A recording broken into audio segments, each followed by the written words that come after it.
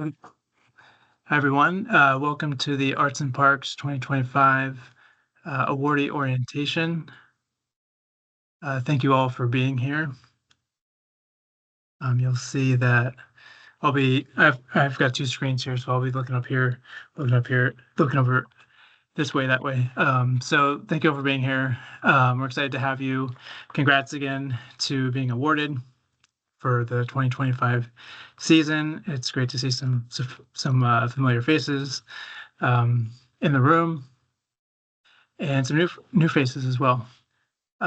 So this program is a partnership between the Seattle Office of Arts and Culture and the Seattle Parks and Recreation Department. Let's see here.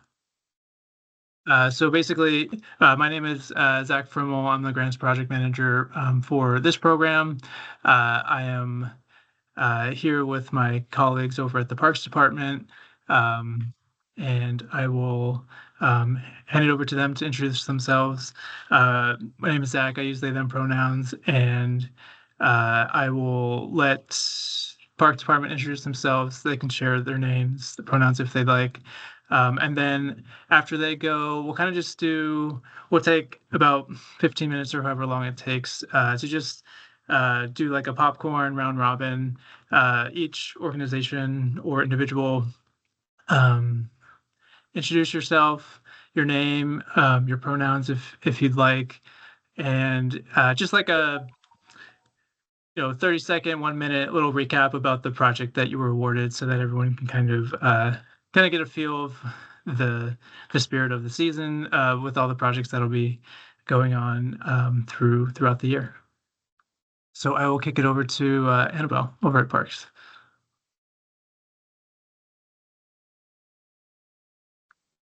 Hi, everyone. Good morning. Welcome and congratulations. I'm Annabelle Borromeo, she, her pronoun, and I'm a grants and contract specialist.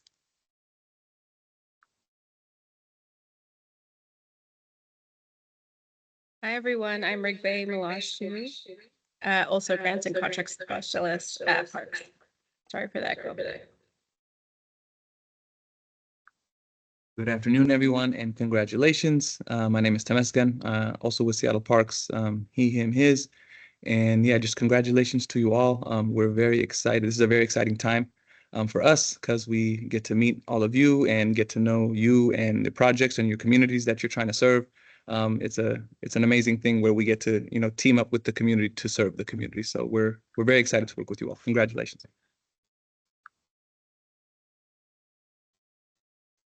Hi everyone, my name is Lorinda. I'm the president for Angola community. I'm very excited for the Make Art in Park. It's our first time for my community do that.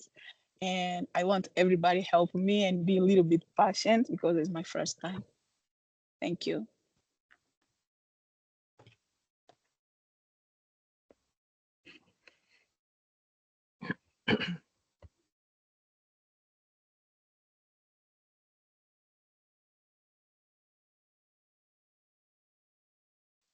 I think we lost your voice, Jack. Thank you. Yeah, feel free to popcorn if you'd like. If not, I can call on people. Whatever works for you all. Hi everyone. My name is Wezi Longwe. I'm the president of Malawi Seattle Association, and thank you for awarding us this grant. Our program is for everybody in the greater Seattle area to have a taste of Malawi. That's our cultural dances we'll be showing and teaching people, and also our food, our art, our clothes, and everything. So when we set up the date, we invite everybody to come and taste Malawi, which is known as the warm heart of Africa. Thank you.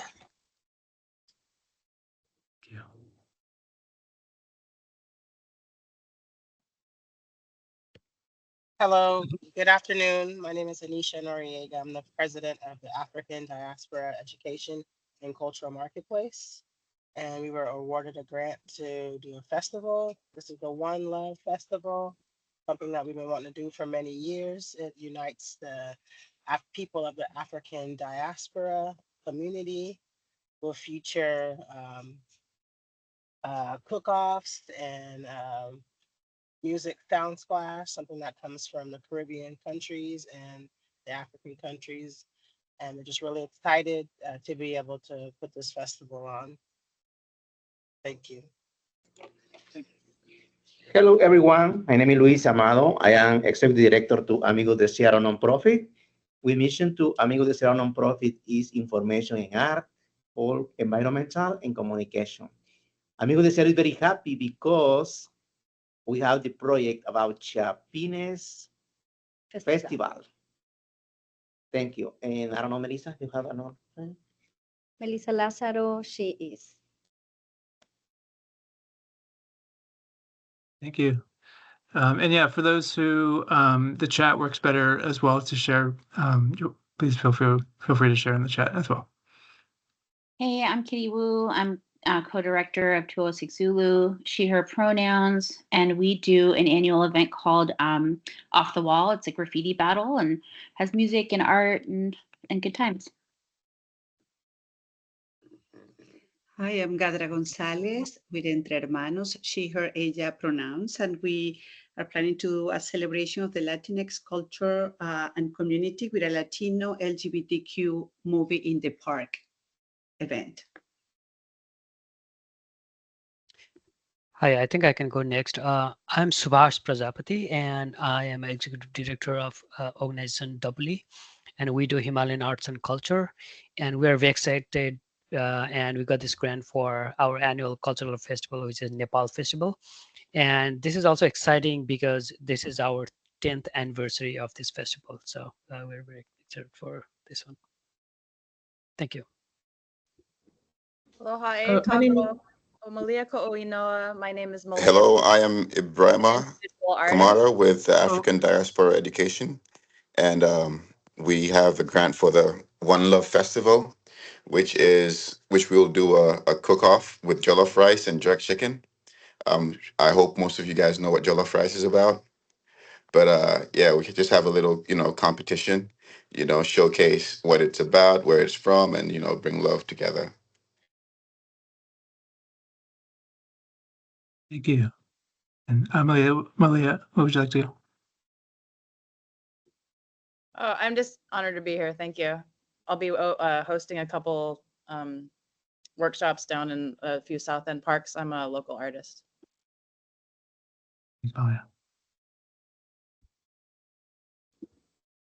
My name is Camille. We're with the Northwest African American Museum, and we are awarded to support our annual Juneteenth event that we host at the Judkins Park, our Skate to Freedom party. So we're very excited to host that event again this year. Thank you.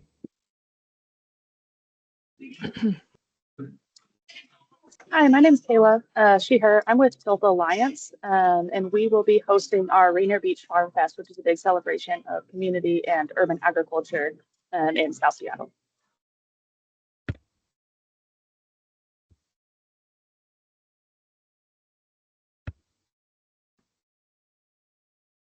Hi, I'm Kim Kamara, Director of Winds of Change Alliance. We are an Indigenous organization that strengthens our people's presence through cultural arts, eco-cultural systems, and education. We are grateful, and we greet you, Zach, and everybody in the room. This is a continuation of a project that is looking to re-indigenize Lickteed Springs Park, which is a sacred site for Coast Salish peoples here up and down the I-5 corridor. Our plan is to install cedar carved by a couple of different artists, one from Port Gamble, Sklallam, the other one Macaw, into the park with celebration honorings of those carvings and the sacred site that Lickteed Springs is. So thank you for inviting us back, and our hands are up to everyone. Thank you. Again. Good afternoon, everybody. My name is Lika Suzumura, and I'm with the Union Cultural Center. We're going to be providing a summer camp at Beersheba for kids and it'll be providing capoeira and samba classes as well as the kids making lunch.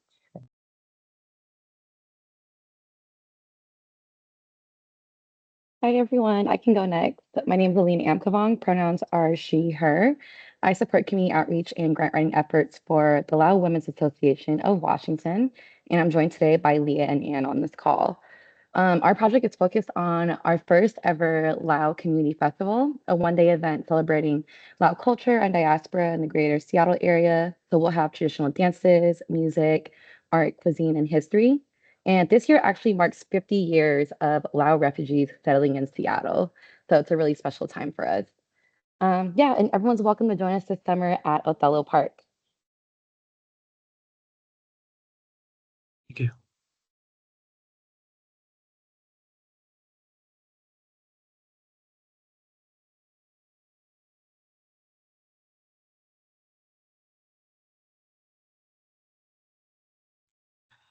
Anyone who hasn't gone yet or shared in the chat? Yeah, Zach, I can go next. I was honestly waiting for a pause, so I didn't interrupt anybody. There you go. My name Appreciate is Shantia Whitehead. I am the executive director for Free Flow Fit, and this year we're hosting our 5th annual Fit Melanin Summer event. But this year we're going to make it a festival. It's going to be 2 days. And the difference this year is, well, definitely the 2 days, and we're going to have a lot more art projects for the kids to do, kids and adults. And it's basically a day about movement, music, and definitely targeting the BIPOC community to be more health conscious. And yeah, so we love it. It's a great day. Now it's going to be 2 days long. Thanks again for accepting us. I hope I can reintroduce myself. My name is Malia Peoples, and I'm a South End artist here. This is my first time receiving this grant, so I feel really honored. I am Kanaka Maoli, a Hawaiian person, and I'll be having 2 art making in park activities in the South End. So if anybody is around Pritchard Island Beach or John C. Little, we'll be exploring the art of Hawaiian kapa making. Thank you, everybody. Oh yeah. And once everything is finalized, I'll share out all the details with folks so you all can support, hang out, and attend each other's events. Yeah, hey, everyone. Anyone? Really quick, Hi. yeah, Zach, I didn't mean to cut you off. I know. No, go for it. My name is Jordan Butler. I'm with Harvest House. We're doing something in Othello Park called Day Camp, where we'll be bringing together, artists, DJs, vendors, to activate Othello Park in the summertime. So we're really looking forward to it. Thanks. Thanks, Jordan.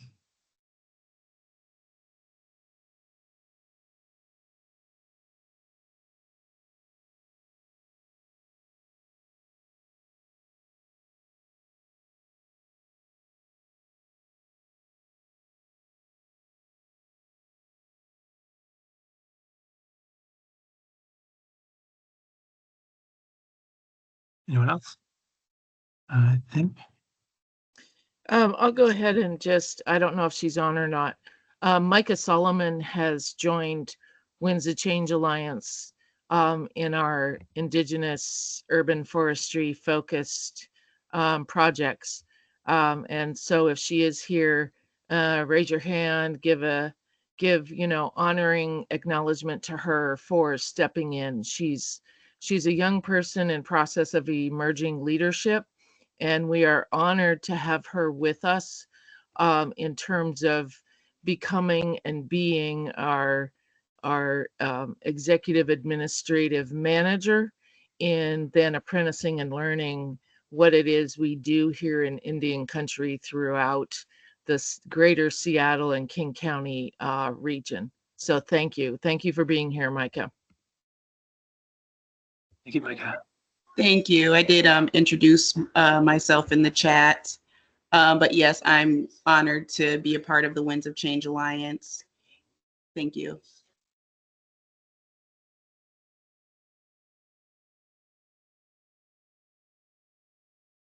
And some other folks we have, we'll just do a quick flash review of the chat. Chaz from Music Center Northwest having their Community Music Day in Sandal Park in North Seattle. We have, let's see who else.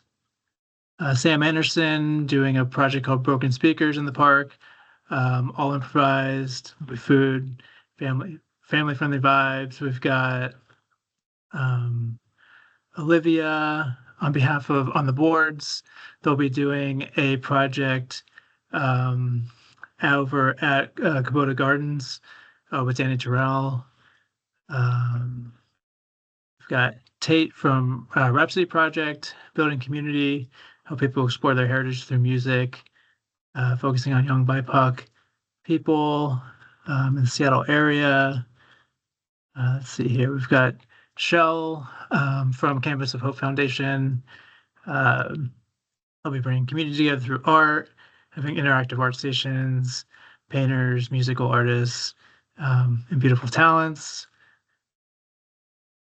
We've got Rob from Bikeworks in Columbia City, a grant to fund a family-friendly bike ride that connects public art installations throughout South Seattle. Sophia is here as an individual. We'll be hosting a cultural festival for Somali Independence Day. Carissa Adams from Seattle Children's Theater. They'll be doing their fourth annual Theater in the Garden event with Seattle Play Garden as an accessible play space. And let's see here. And then we have Meg Gomez from Movimiento Afro-Latino Seattle.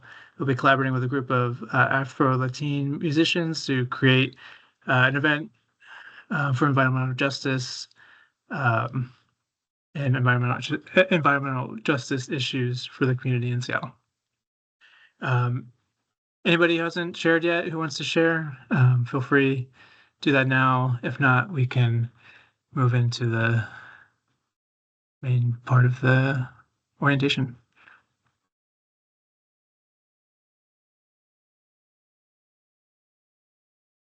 Okay. I'll take that as we're good.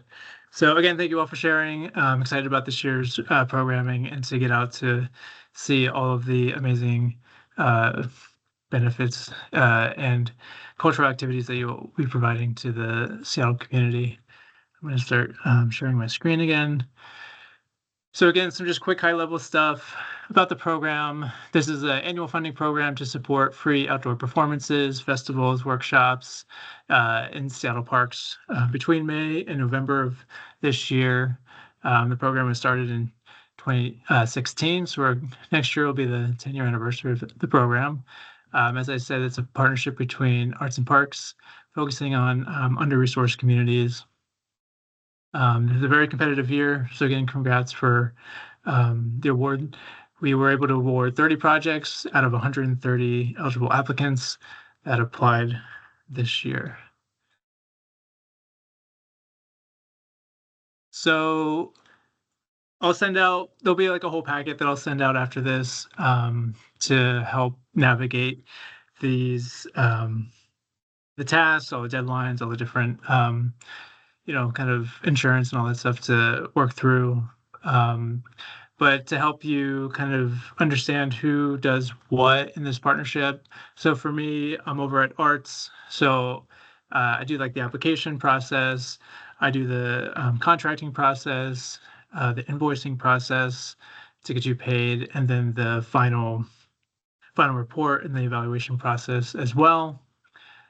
Over at Parks, you'll be working with them more immediately after this orientation to work on your park permitting, securing your dates in parks, and then securing insurance, event insurance for your project, and then just any maybe on-site day of logistics to coordinate like power and stuff like that. And then just event listings and some additional promotion that both of our departments can actually help with. And okay, I'm going to turn it over to someone over at Parks, but basically this is going to be, you'll be filling out an application for securing your park permit. That's all handled through the parks team. So someone from the parks team want to hop on and share? Yes. Hey everybody, again, it's Annabelle right here. So we will all be helping you out with your park use application. And we want to reiterate that if possible, this park use permits and your insurance be emailed to Arts in Parks email and not directly to the permitting office, because we have to endorse you this permits. I mean, we have to endorse this permits to them so that your park fees will be waived. So the park use permit application is pretty straightforward application. Just fill in all the necessary information that's needed in that application form.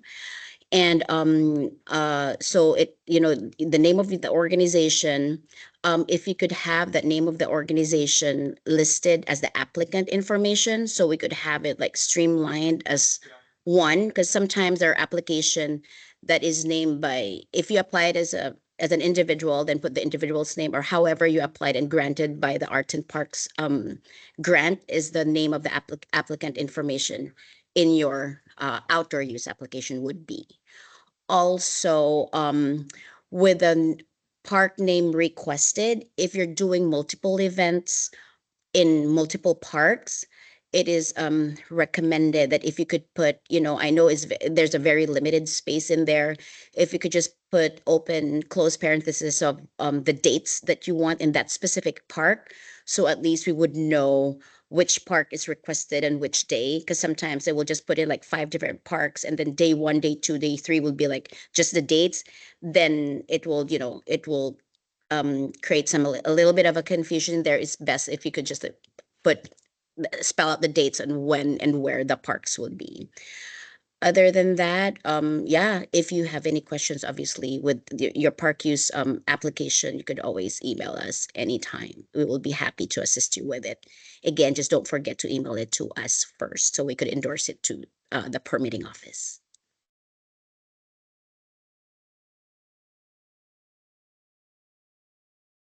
That's it for the application. And insurance, so with your park use permit comes your insurance, a certificate of insurance. I know there's a lot of questions with regard to insurance. I'm not an expert in insurance, but Zach will also email you the park use insurance requirement. So with that, we suggest that you send it to your insurance company so that they could work out with it, because they're the experts in insurances with the specific event that you're gonna have. Don't forget that it should be endorsed. There's an endorsement to the certificate that is attached to it. And have the city of Seattle as the additionally insured with regards to your insurance. Requirements to submit alongside your park use application is a site map. Well, it lays out like which part of the park you're going to use, where your vendor is going to be, where your stage is going to be. It's just a pretty simplified, straightforward, like, just a description, a picture of like where you're going to activate in the park you are requesting. So those who are activating pretty soon, we highly suggest that you submit your application as soon as possible, because oftentimes, like 99% of the time, we would always come across a certificate of liability insurance issue.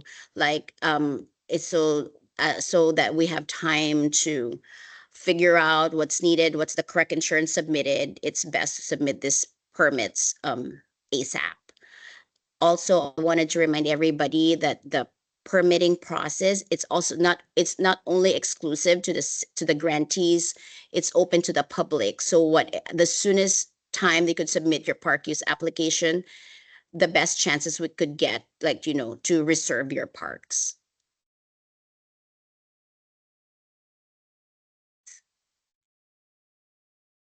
Thank you, Annabelle. Yeah, a couple things on top of that is, yeah, for those who have like May, June, July programming, I've reached out to you already to kind of send you over to the Parks Department to kind of get started. We're gonna, but for everyone, we're kind of shooting for a loose deadline to have you all have your insurance and permit paperwork over to parks by the end of April 30th. This can sometimes take, as Annabelle was saying, some back and forth. So ideally, you start the process about 3 months before, and that you have your insurance and park permitting confirmed 4 weeks before your event. Because then also I need to wait for your contract to send out your contract until you have both your park permit and your insurance confirmed by parks. And then the contract process takes about a week or two as well. So, and you need to have a signed contract before you start your events. And we'll get into that a little bit more too. I'll send out as part of this packet kind of a template for you all to send over to your insurance provider that you like to work with. And that'll kind of break down all the different requirements, check boxes, all that fun stuff about like what Parks needs to satisfy and confirm and greenlight your insurance. Any questions about that right now? Yeah, where do we get these forms, or are you gonna send these forms to us in email? Yeah, I will send out the forms to you all. Yeah, after this. Okay, thank you.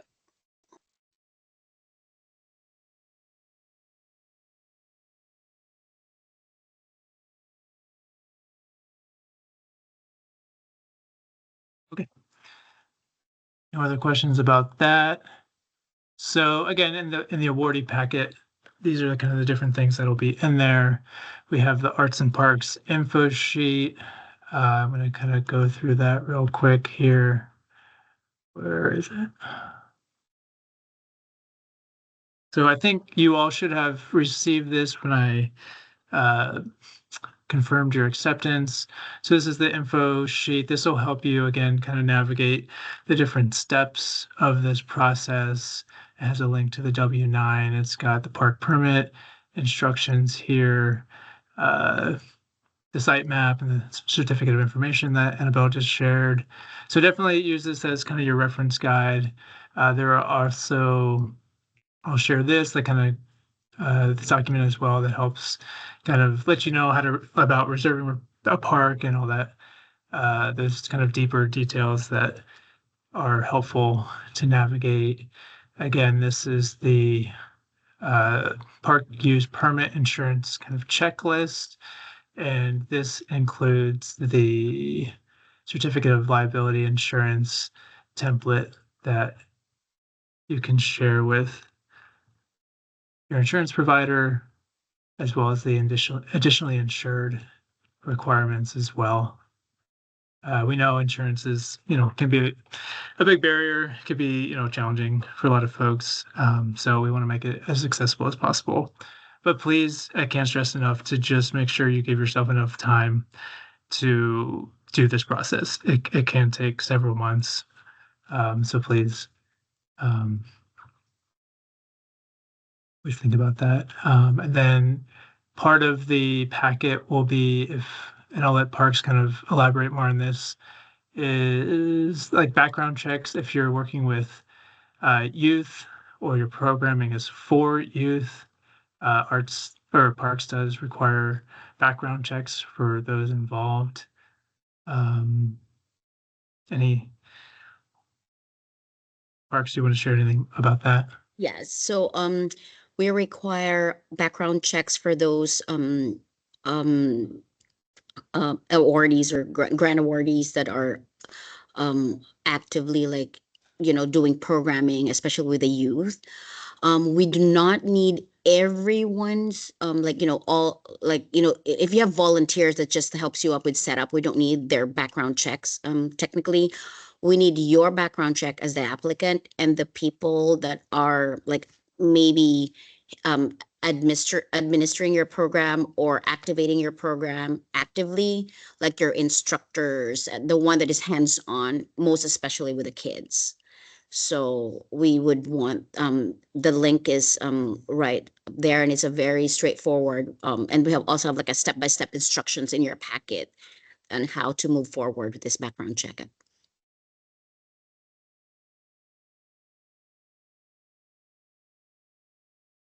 And of course, if you have any questions, just let us know. We will guide you through it and how to apply. We would get this. We are the ones receiving this application. I mean, like the result of your application, we're receiving it through our email. Does this count for art making in the park? That's like a multi-generational experience. The people that are doing the programming or the instructors on how to do it needs to go through this background check.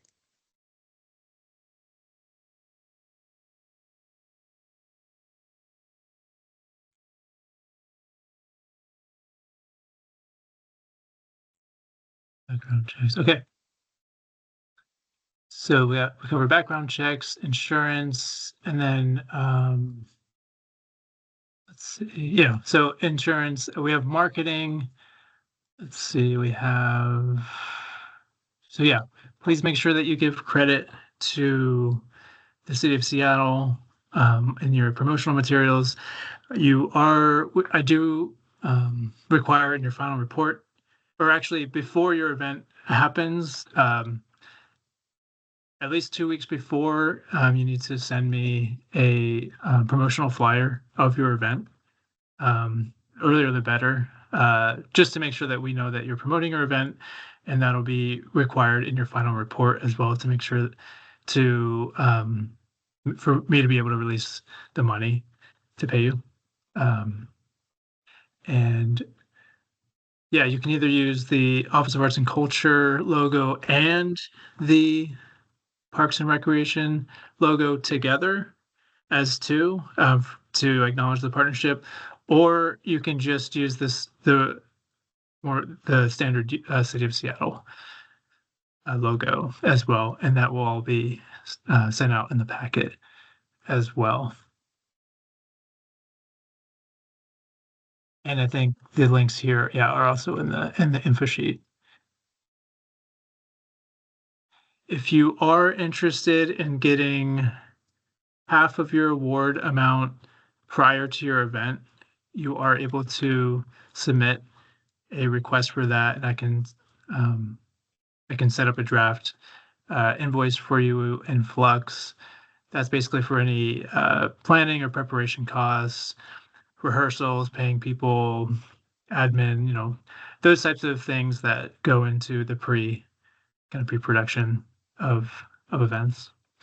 So you can submit for up to 50% and then request the rest of the money after the event has been completed. Or you can just do it all in one lump sum after the event is complete. We don't have to go too deep into this, but the info sheet kind of outlines the criteria and questions for the final report, just so you have a heads up about what to be tracking during your event. And then, any questions that you have after this orientation, feel free to email me and or the Arts and Parks at seattle.gov email address. So we went over the park use permit forms. The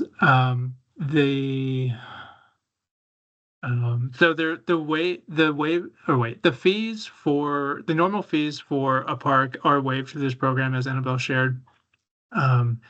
Annabelle or the parks team, are the vendor fees going to be waived this year? Any updates on those for folks who are bringing in vendors? Hi, everybody. Yes, they should be. We're waiting on final confirmation. But historically, we've had the 10%. We've had the 10% vendor fee waived for Arts and Parks event because the whole point of these programs are those that are most in need of service. So that's why this has been a historical thing. But we're waiting on final confirmation on that. But that's something we can talk about in the permitting process as we confirm. And then obviously we can let Zach know as soon as we get word as well. Well, we're hoping to solidify that, but that has been the historical precedent. Thank you, Temescan. And last thing in this packet is like a photo video release forms for adults and then also ones for kids or for youth. And that's also handled by the Parks Department. So if you have any questions about the photos and releasing those photos and the getting permission from the folks in there, Parks can share more about that. Okay, let's go back and okay. So just a kind of a reminder, refresher for what you can spend the money on. What you can use is stuff like artist fees, collaborator fees, marketing, promotional materials, printing flyers, those types of things, project management throughout your project, personnel costs related specifically to this program and the delivery of the program, supplies and equipment rentals. No purchasing of equipment is allowed for this program, but rentals are totally okay. Park permits or insurance, event insurance can be covered through this. Up to 10% of your award fund can be used for money as well. Rehearsal time, all those types of things. It's not limited to these, but these are a lot of the main ones.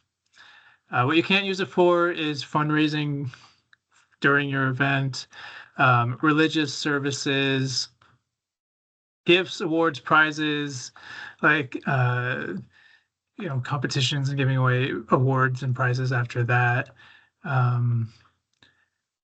Organizational admin costs not related to the project, and then again, any purchasing of equipment. Any questions about that?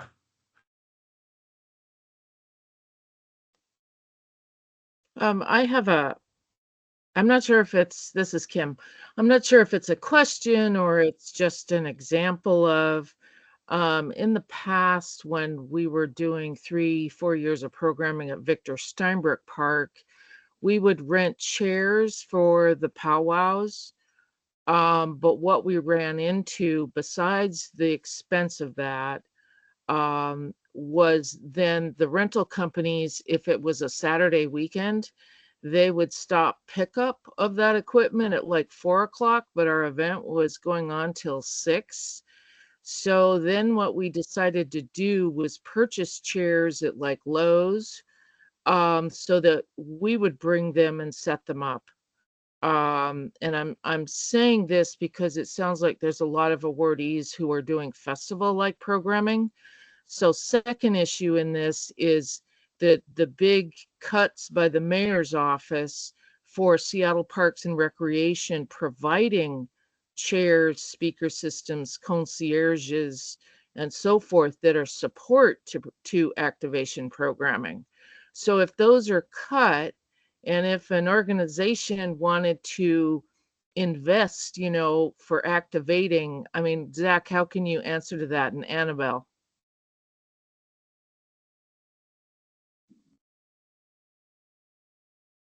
I can speak to that a little bit. Yeah, I think.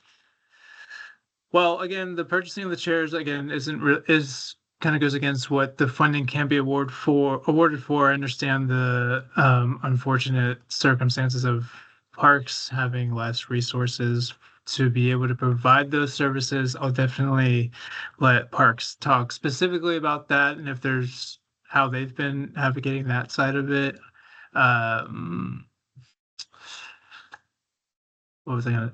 There's another thing I'm gonna share about that, but yeah, I guess just renting chairs, using a company, I guess that has a time frame pickup within your event. I don't. Yeah, because the whole purchasing of the equipment kind of policy is like, you get the award funds for this particular project that benefits the community using public dollars, and so it's okay to spend those dollars on that benefit that people get to access, but then being able to like have the benefit of using chairs that you bought with this money for other things that the community doesn't necessarily benefit through this program is kind of like where that stems from. Annabelle or Parks, do you want to specifically share your experience with the? Sure. Yeah.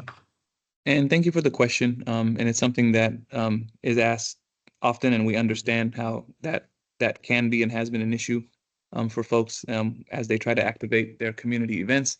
We unfortunately don't have the capacity to also to supply, that type of equipment for events, unfortunately. And then Zach spoke to the budgeting piece, but on our end, we just don't have the capacity to supply those things for all of our programs across the entire system.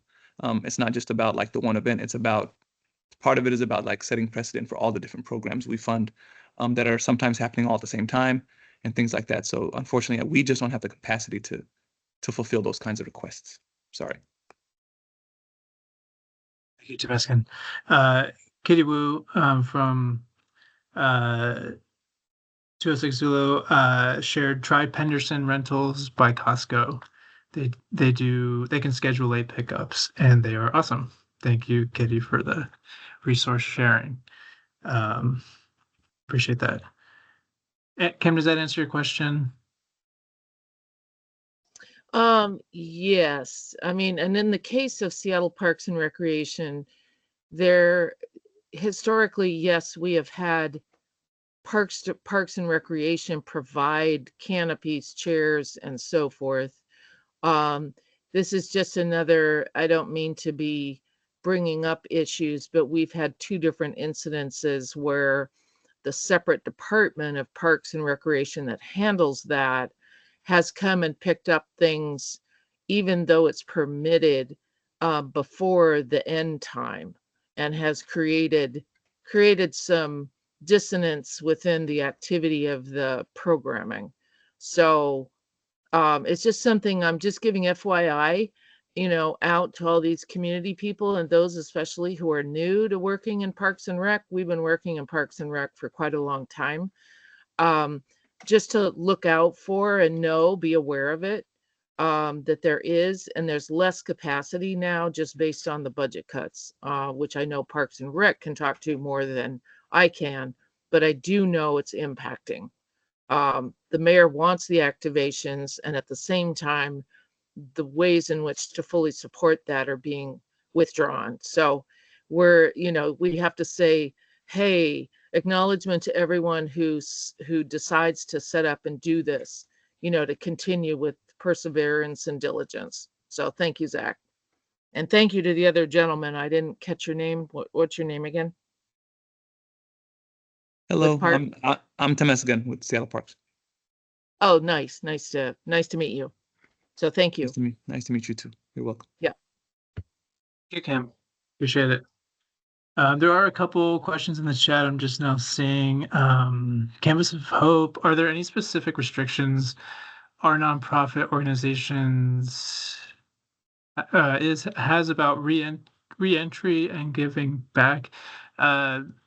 Someone from Canvas of Hope, can you share more about that? I'm not sure I understand the question.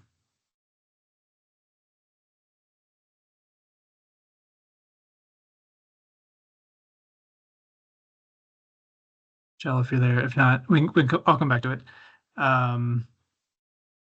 Connie asks, how long will it take to receive final award after our event on 6/21? You mean to receive your funding?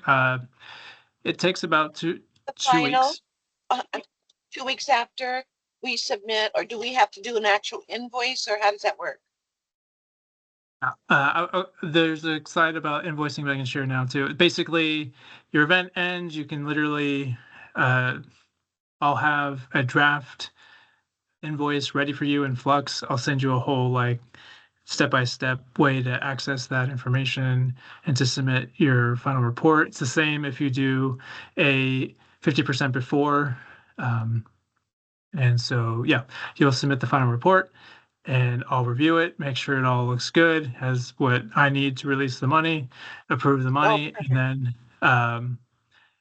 yeah, it should take about 2 weeks. Okay, Yeah, perfect. about 2 Thank weeks. you. Thank you. Yeah, Thank you. of course. Thank you, Connie. And if anyone has been paid by the city of Seattle before, I will share a direct deposit form with you as well. That usually takes about a week less. So yeah, we can also do that. I'll send that to folks. A question from Amigos de Seattle. This is our first festival funded by the city of Seattle. Can we have vendors? Yes, you can have vendors. Some community members are asking. You can totally have vendors. We can, I think, definitely include that in your park permit application when you submit that to parks. Vendors is a very loose term, but I don't know if parks has any specific limitations or what their criteria is around certain vendors. Again, parks, if you want to share anything about that, but I think that'll get all kind of smoothed out in the park permit process. Go ahead, Temescan. Yeah, like you said, there are so many vendors is a is a loose term, like you said.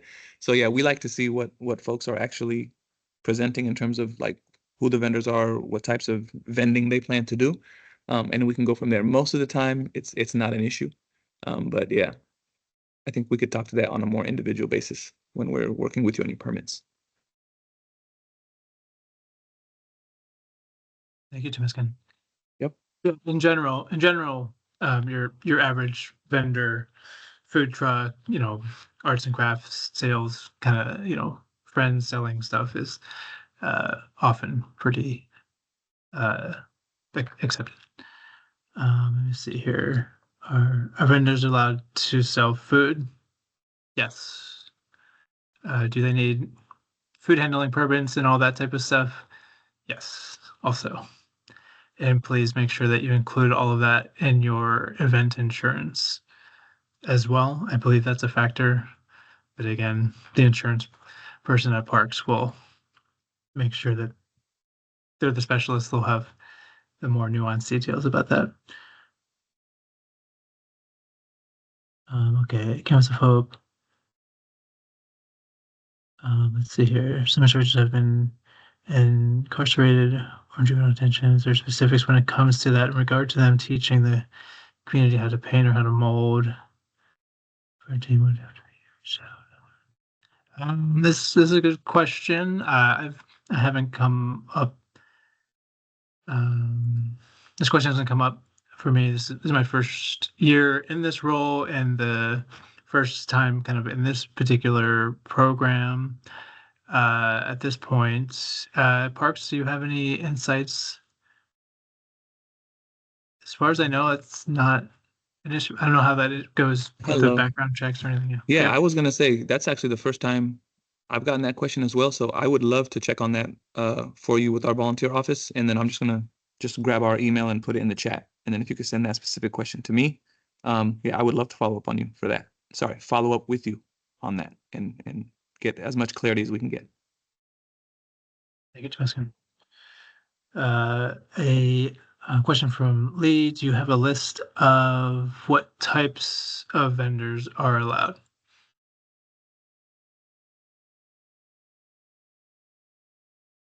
I don't specifically on my end. Sounds like a great list to build out if we don't have it. But again, I think what Temescan shared earlier is kind of a case by case. So touch base with parks if you're looking to have vendors. Thank you, Shell.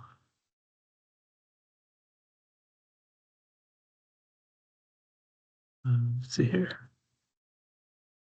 Meal, we have multiple components. Okay. We have multiple components of our event that engage youth. Would best practice be to get background checks for all of those engaged? Yes. Okay. Could I hop in on that one, Zach? Yes, for sure. Yeah.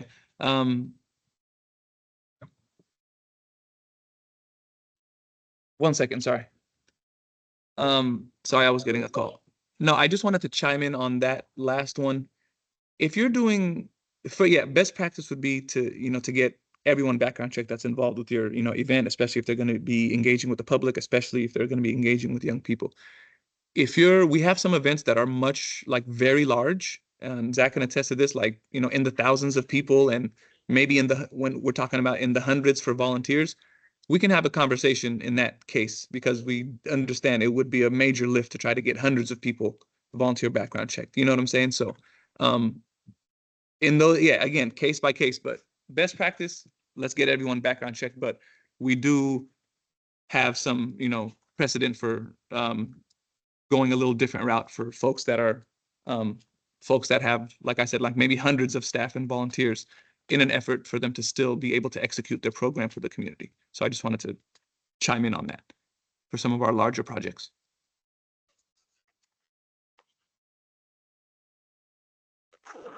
Appreciate that additional context.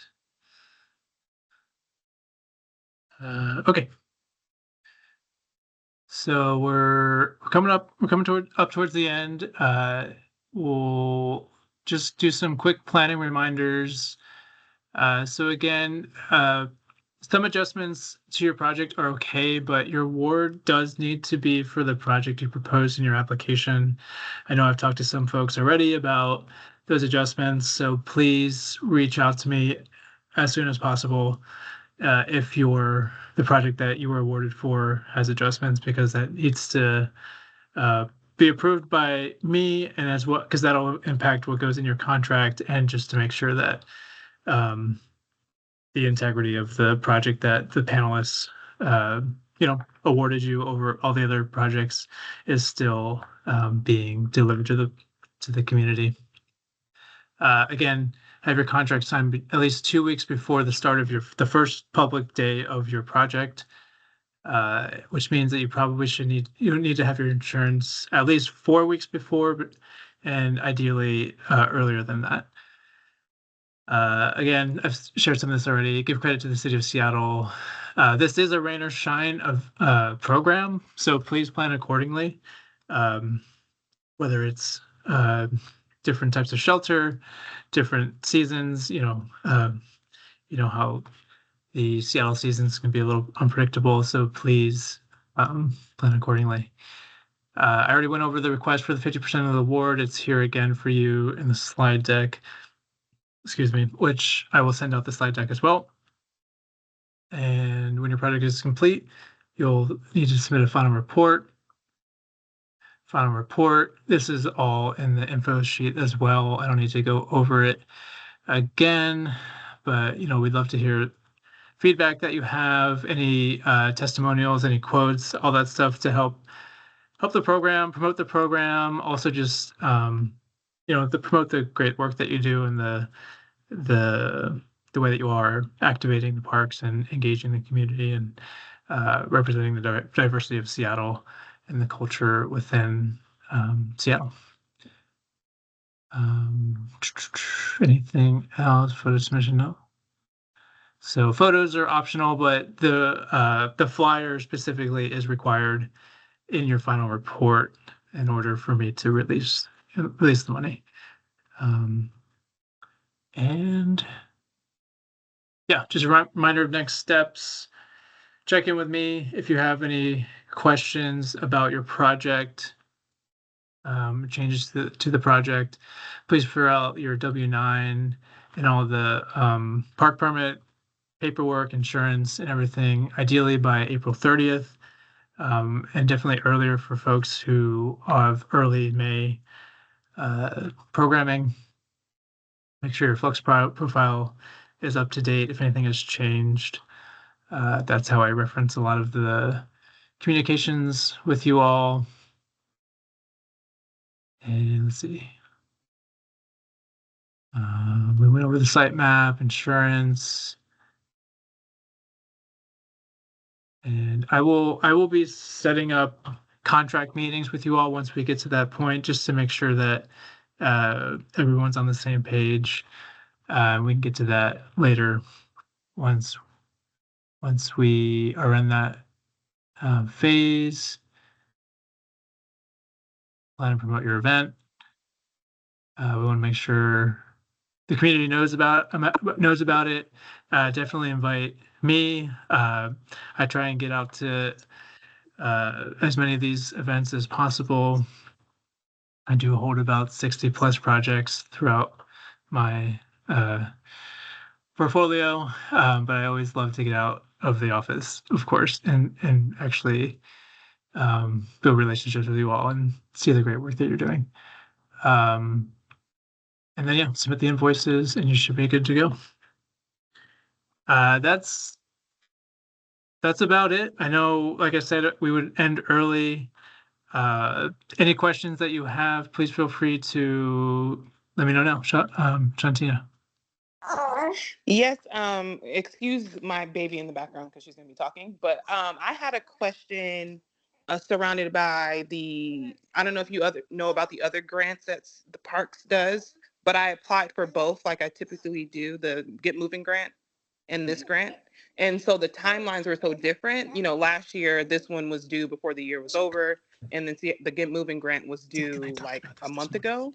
And unfortunately, this year you guys required it to be different projects on both grants. Like if you got one grant, it had to be different project than the other grant if you got both.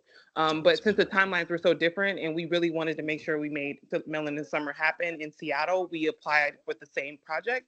And then unfortunately, I don't know, like again, with the timing, I accepted this one and then I guess that automatically makes me not qualified for the other one. I don't know. So it was confusing. Are you able to like kind of speak more about that? Because in the future, we would want to make sure we apply, I guess, for one, since now that requirement is there.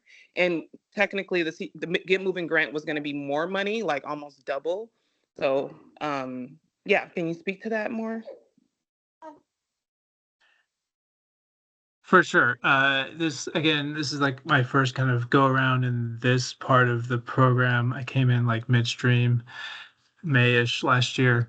So I'm recognizing this overlap, and actually Temeskin and I just touched base about this for like kind of next year's, because now that we understand this is a thing.